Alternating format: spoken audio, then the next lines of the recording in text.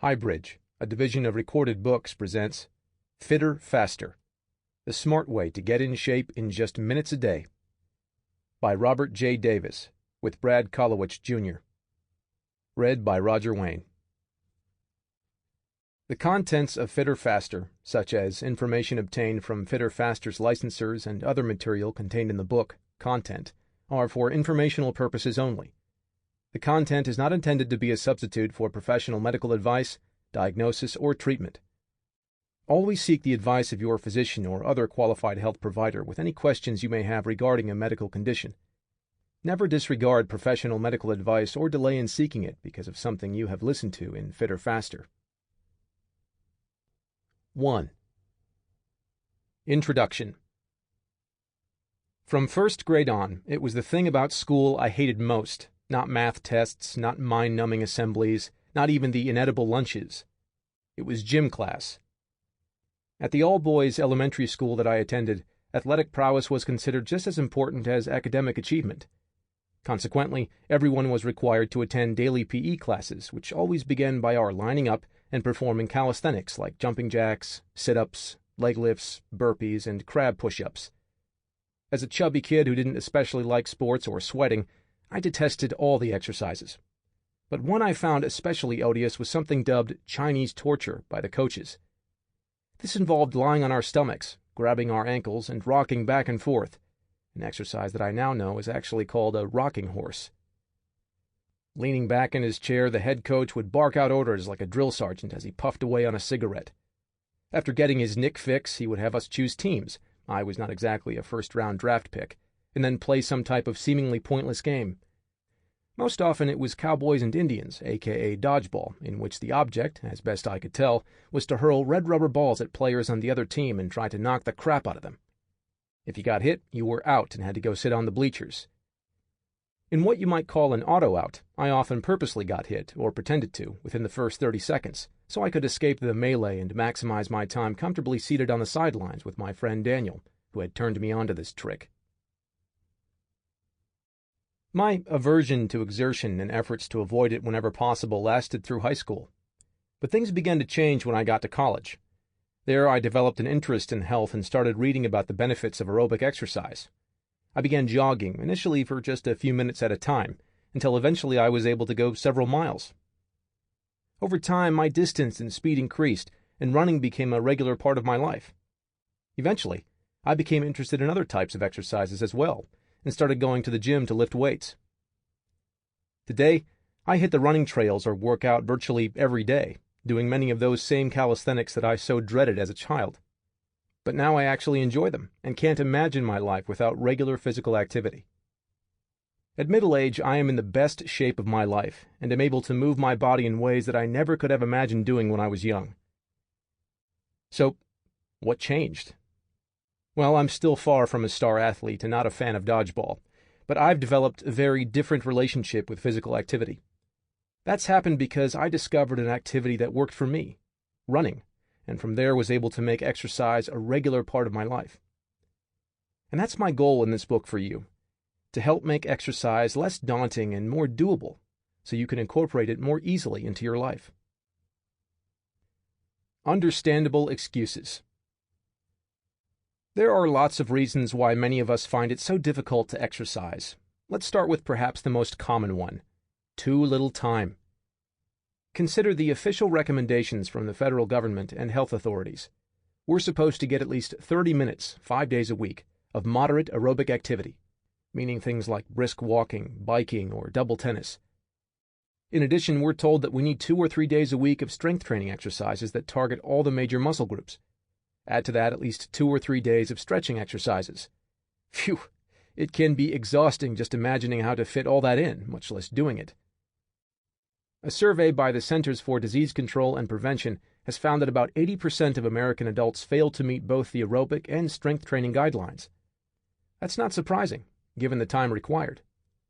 The shocking part is that 20% manage to comply, though I suspect that a good chunk of them are stretching the truth. Something else that keeps people from hitting the gym is that they don't like gyms, and it's easy to understand why. Working out alongside spandex-clad people with perfectly sculpted bodies can be intimidating, to say the least, and knowing what exercises to do and how to use the equipment, some of which resembles what you might find in a torture chamber, can be overwhelming.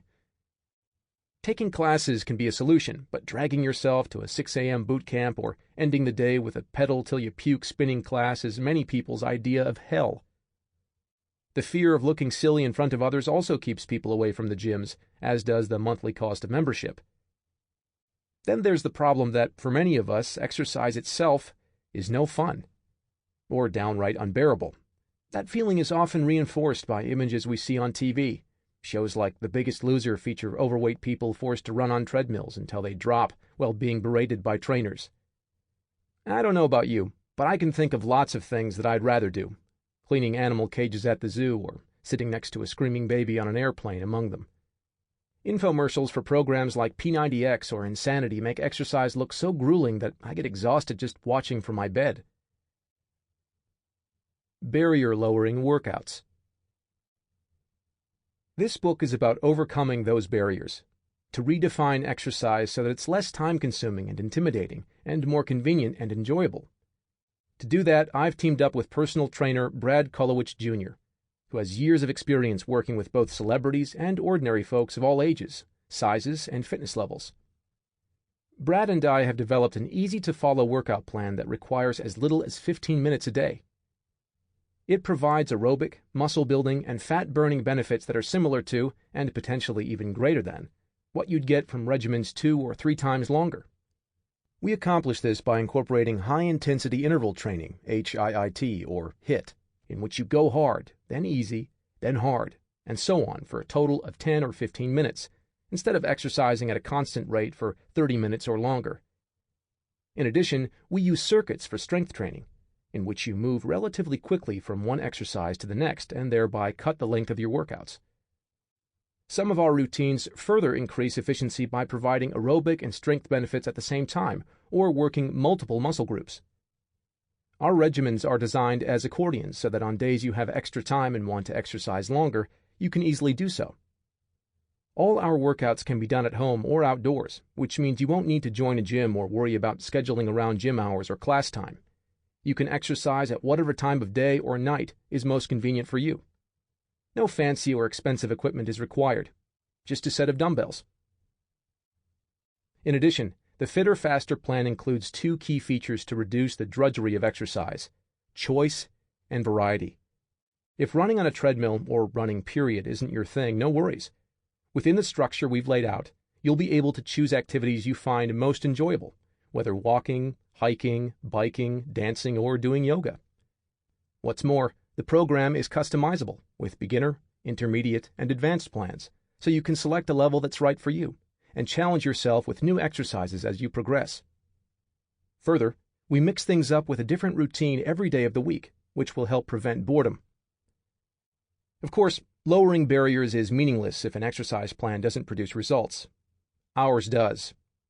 Using the workouts in this book with clients of all types, Brad has seen tremendous improvements in their endurance, strength, and body fat. Evidence-based exercise. You don't have to just take our word for the effectiveness of the Fitter Faster plan. Its various components, from HIIT to circuit training to plyometrics or jumping exercises, are backed by solid science. Lots of it. In the book, I explain the scientific basis for our approach, drawing on reams of research about the most effective methods of aerobic exercise, strength training, and stretching. Should you wish to review any of the research yourself, there's a lengthy list of references at the end of the book. For me, the science is paramount. As a longtime health journalist with academic training in public health, I've spent my career digging into the evidence behind various health practices. My interest in the subject of exercise, therefore, isn't just personal, it's also professional, fueled by my desire and ability to sift through the science and lay out what it shows as clearly and objectively as I can. That's especially important when it comes to exercise, a field full of fads, half-truths, and false promises. You can find plenty of self-proclaimed fitness experts on websites and in the media who offer opinions or personal experiences masquerading as evidence. When they do cite research, it may be animal studies, which often have little or no relevance to humans, or small, poorly designed studies in people. Granted, large clinical trials that prove cause and effect can be hard to come by in exercise science. in part because of the difficulty and expense of conducting them. Still, that doesn't mean that we lack sufficient research to know what works. On many fitness-related issues, there's a relatively large body of research that, when taken as a whole, yields strong evidence. Relying on such research, Fitter Faster cuts through the hype and misinformation, telling you what's believable and what's not about various aspects of exercise. Working on the book, I've been repeatedly surprised by what the science reveals, and I suspect you'll have the same reaction to much of what I've found, including why taking 10,000 steps a day may be overrated, why stretching could be detrimental, how regularly changing your strength training regimen can improve your results, why athletic clothing that keeps you dry may be more likely to stink, why taking painkillers before exercise could be counterproductive, and which dietary supplements are and are not proven to enhance workouts. You'll also get science-backed answers to questions that many of us ask. For example, what's the best time of day to work out? Is too much exercise dangerous? Is it okay to exercise with a cold? What's the best type of exercise for burning fat? Are those ab devices on infomercials really effective? Does more sweating mean a more intense workout? Does jogging hurt your knees? What type of protein supplement is best? By setting the record straight on a range of issues, I hope to reduce the confusion that can lead us to do the wrong things, waste time and money, and throw up our hands in frustration and say, forget it. With the knowledge that you gain from Fitter Faster, you'll be smarter about what to do and what to ignore, and have greater confidence that you're on the right track. The book is divided into 4 sections. Part 1, Get Ready, focuses on the benefits of exercise, some of which you likely haven't heard about, secrets to getting and staying motivated, and workout clothing and equipment that you'll need. Part 2, Get Smart, gives you the lowdown on each of the 3 components of the Fitter Faster program: aerobic exercise, strength training, and stretching. Part 3, Get More Out of Exercise, discusses what you should eat to complement your workouts and how to prevent exercise-related pain. And Part 4, Get Going, lays out our detailed workout plans with descriptions and photos of each exercise.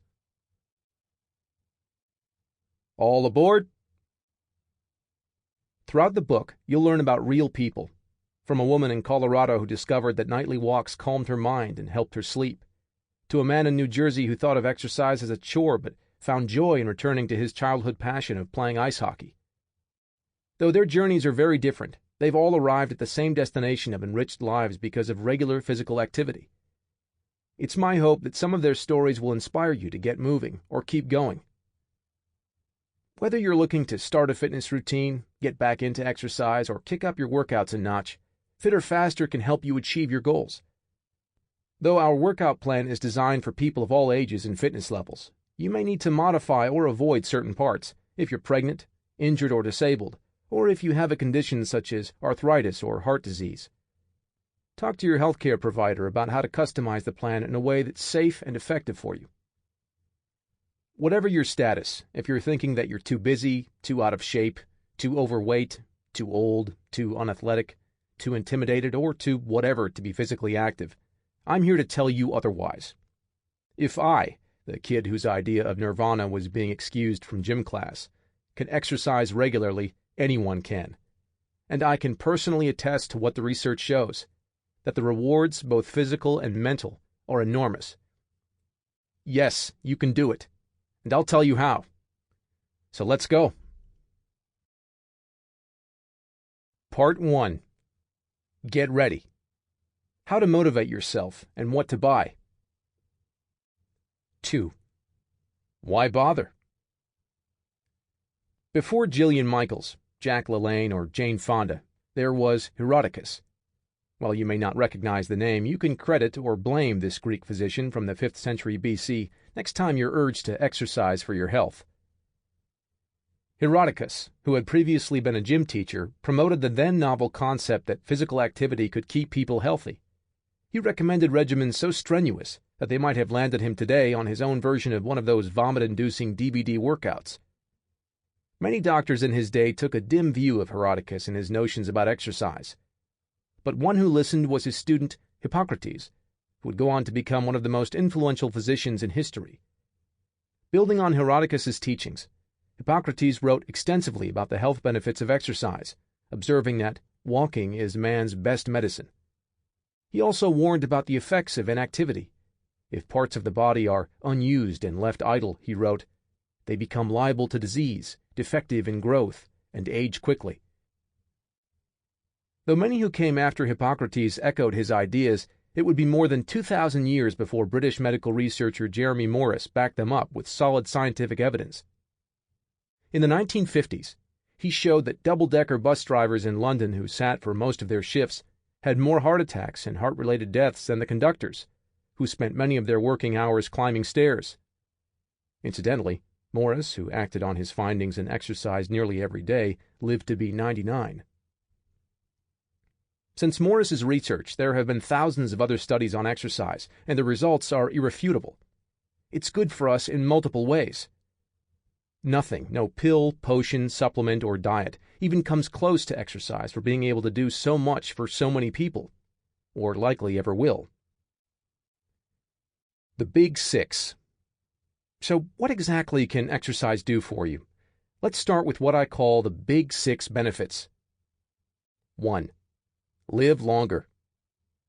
Research shows that elite athletes tend to live longer than the general population. That's certainly good news for Serena Williams, Michael Phelps, and LeBron James, but what about the rest of us? Well, luckily you don't have to be an athletic superstar for physical activity to extend your life. In fact, the biggest gains in longevity may occur when you go from being a couch potato to taking a short daily walk.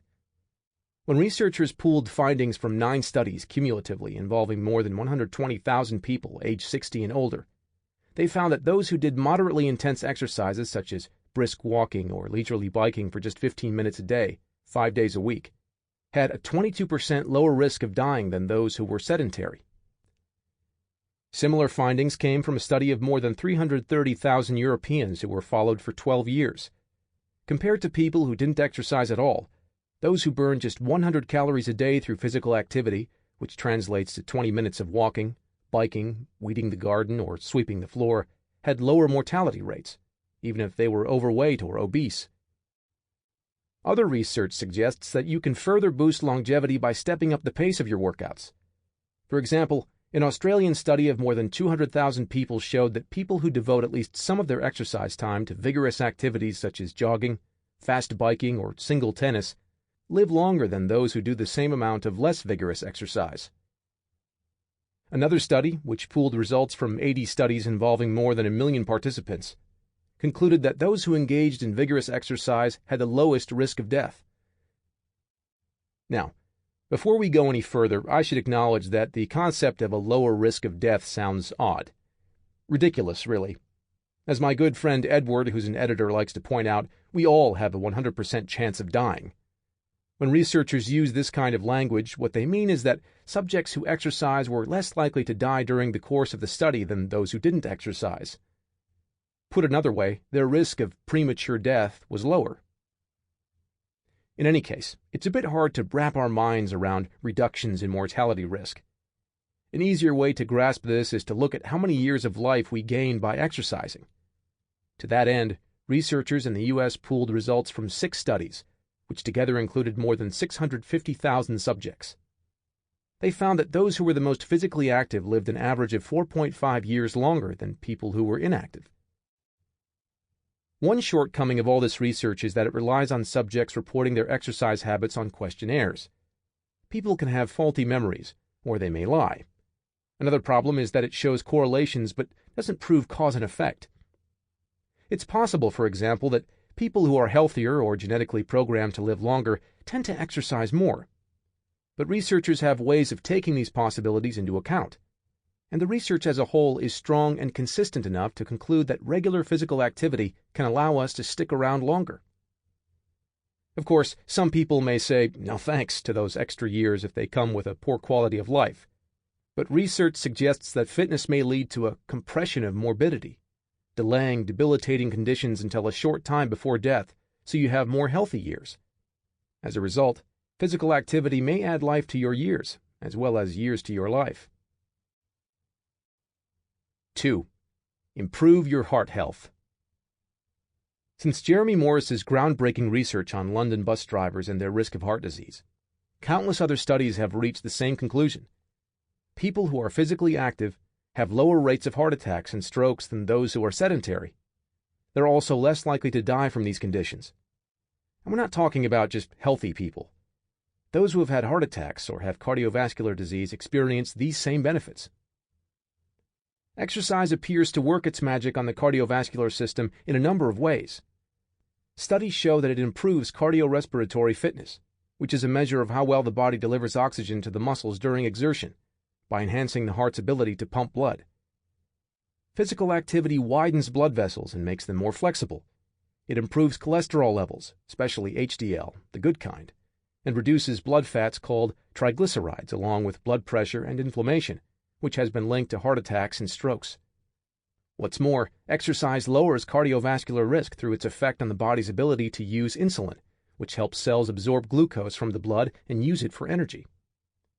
If cells become resistant to insulin, the result can be elevated blood sugar and, eventually, type 2 diabetes. Both insulin resistance and type 2 diabetes increase the risk of cardiovascular disease.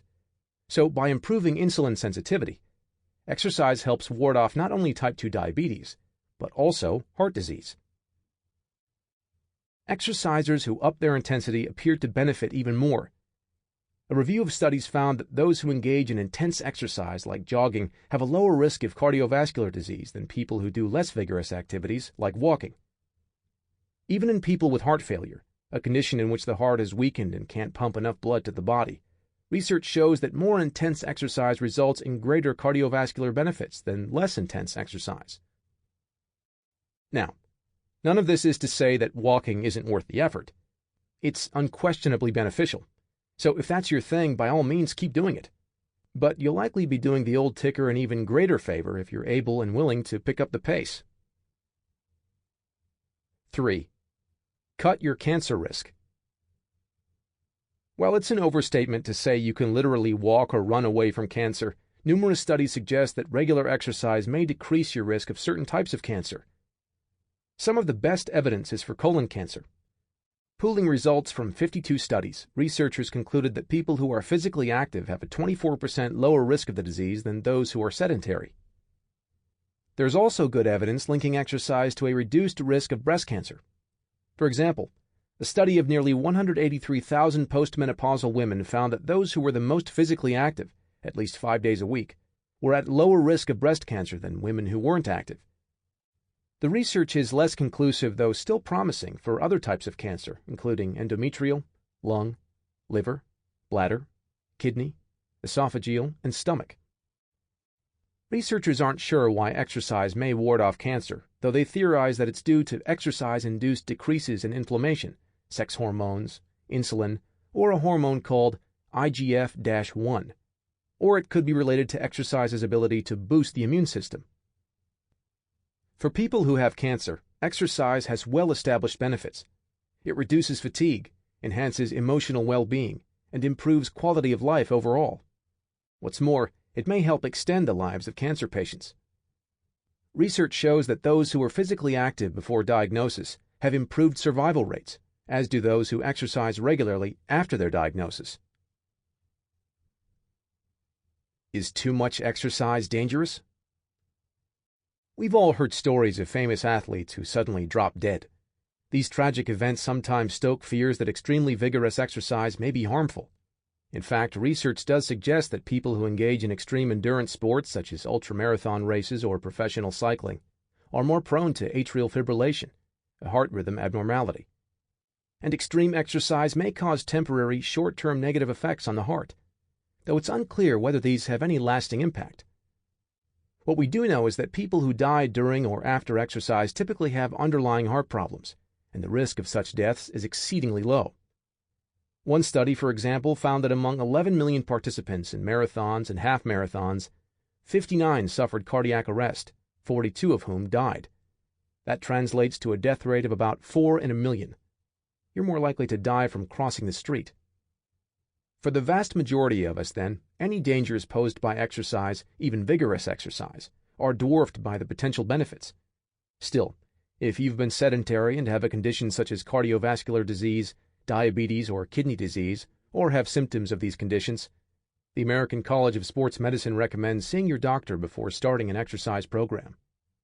The same goes if you have one of these conditions and are already physically active but want to kick it up to vigorous exercise.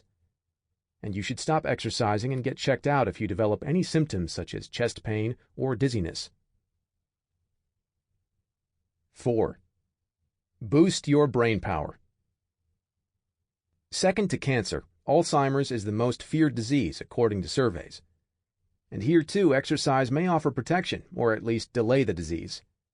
A study that followed nearly 20,000 people found that those who were fit in midlife, as determined by treadmill tests, were less likely to develop Alzheimer's disease or other forms of dementia in their 70s and 80s than people who weren't fit. Many other studies have shown that people who exercise regularly, whether in middle age or later in life, have a lower risk of dementia than those who are sedentary. Physical activity is also associated with a reduced risk of mild cognitive impairment, which involves problems with memory and thinking that are less serious than those seen in dementia but more pronounced than normal age-related memory decline. While these studies as a whole make a compelling case that exercise can benefit our brains, they show only associations. We have more conclusive evidence from randomized trials which are capable of proving cause and effect. For example, studies involving patients with dementia have found that subjects randomly assigned to supervised exercise programs show improvements on tests of memory and thinking, which generally do not occur in the control, for example, non-exercising groups. Likewise, there's proof from randomized studies that exercise is good for the brains of healthy people. Research in children and young adults shows that a single bout of exercise can improve short-term memory. And in studies of middle-aged and older sedentary adults without dementia, scores on tests of memory, attention, processing speed, and executive function, the ability to plan and make decisions, have improved among subjects assigned to exercise programs. Further evidence comes from studies in which researchers have studied people's brains using MRI. In a randomized trial of 120 older adults, for example, exercise training increased the size of the hippocampus, a part of the brain involved in memory that typically shrinks as we age. Exercise has also been shown to increase volume in other regions of the brain, including the prefrontal cortex, which regulates executive function and is especially susceptible to age-related shrinkage.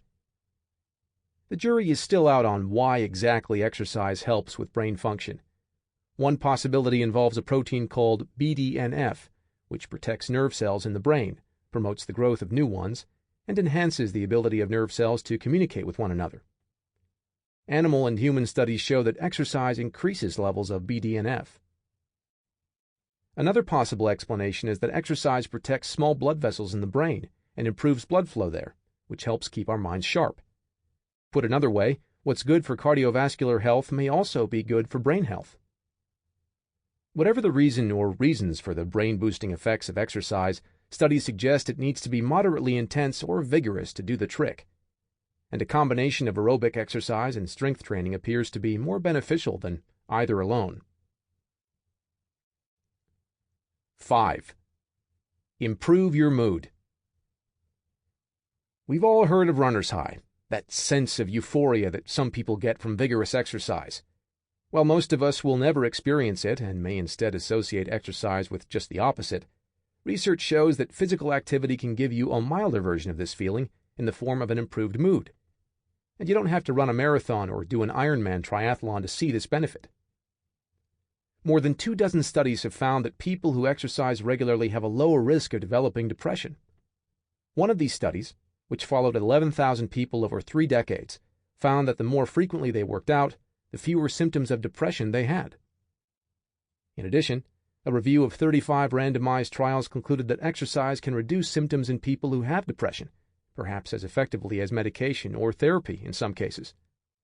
Other studies show that physical activity can help alleviate anxiety. Researchers have several theories as to why exercise helps fight depression and anxiety.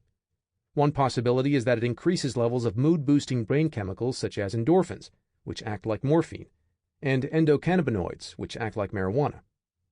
Exercise may also help by providing social interaction, boosting self-confidence, or distracting us from things that stress us.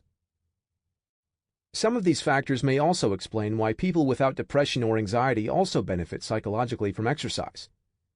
Studies show it can give you an enhanced sense of well-being and greater energy that last for several hours. That's certainly true for me. After a workout, I feel more... Sample complete. Ready to continue?